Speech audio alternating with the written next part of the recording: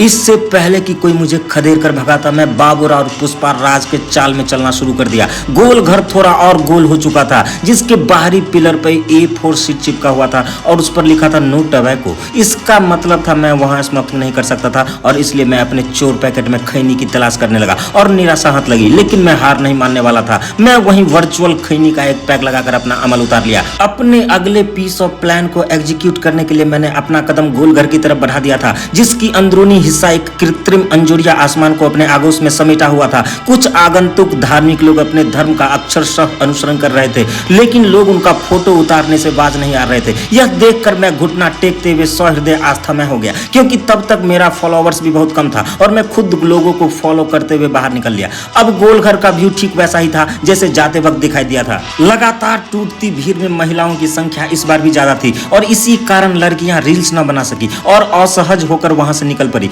लेकिन मैं बड़ी सहजता से अपना कदम एक बार फिर से बढ़ा दिया। तभी मैंने गौर फरमाया कि यहाँ का मत्स्य पालन का धंधा भी मंदा पड़ा हुआ है। सारी की सारी मछलियां सुसाइड करके अपने शरीर पर से नियंत्रण खो चुकी थी। तभी मेरी पैनी नजर एक ऐसे यंत्र पे पड़ी जो तालाब के पानी को अवैध रूप से सुखाया जा रहा था। मैं समझ गया कि यह किसी दुश्मन की चाल है और भीड़ को चीरते हुए एक भारी भरकम मकसद से बाहर की ओर निकल पड़ा। तभी मेरी रूहानी चाल में सुधार आना शुरू हो चुका था। हम शेर हई रे, देखले ढेर हई रे। तभी ढेर सारे स्कूली बच्चे का बल की आतंक देखकर मेरा मन भ्रमित हो गया कि हो न हो मेरे दुश्मन एजेंट इसी भीड़ में छुपे हों। तभी रिसर्च वारंट के तहत मैंने एक बच्ची से पूछा कि आपके साथ मेरे दुश्मन एजेंट तो नहीं। पहले तो उसने हाँ में जवाब दिया, फिर बोली नहीं और फिर दांत फाड़ कर चली गई। एक तरफ विशाल पुस्तकालय था और तीसरी तरफ मेडिटेशन सेंटर था और बीचों बीच में था एक ऐसा बूथ जहां बजाज कार्ड के आधार पर एंट्री पास मिल रहा था। नजदीक पहुंचते ही मेरे पढ़े लिखे होने का सबूत पेश करना पड़ा। हालांकि मुझे अपने सिग्नेचर के अलावा कुछ आता नहीं था, लेकिन कैमरा देखते ही चाचा की अतरी उलझ गई।